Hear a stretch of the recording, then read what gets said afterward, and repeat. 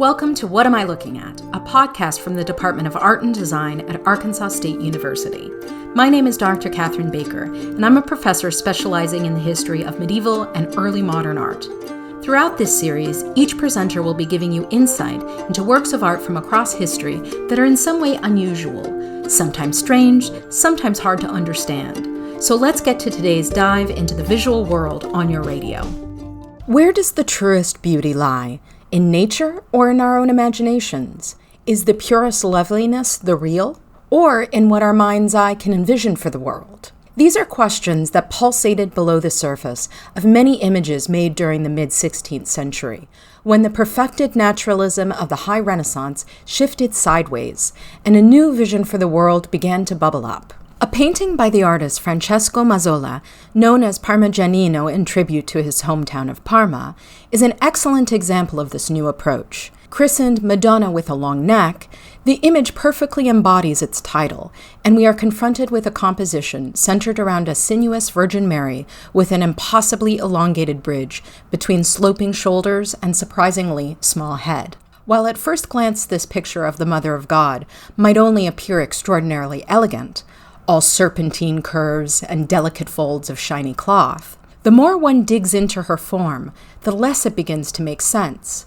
Take, for example, her right hand, which gestures delicately towards her heart. With outstretched fingers, the closer we look at these lengthy digits, the more we realize that their extent and movement push beyond representational norms established in the Renaissance.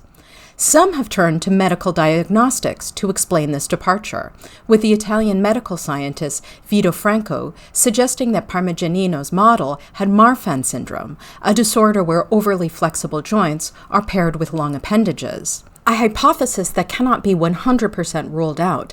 It does nothing to explain the other departures from convention that Parmigianino made, particularly the size and length of the Christ child himself. Here presented asleep, the infant's torso, which twists across his mother's lap, is uncannily long, its extension making the loss of his neck via pendulous cranium even more striking. This lolling head, which turns towards us, rests on his mother's thumb, her hand cradling a limp left arm. Combined with his slight pallor, this positioning of the body reminds the viewer not of rest, but of death, a likely foreshadowing of Christ's future crucifixion. Parmigianino makes this reading clear with the reflection on the silvery vessel held by a youthful angel in the left foreground, which reveals the form of a cross. Commissioned by an erudite noblewoman in 1534, the appreciation of this painting rested precisely on its artfulness.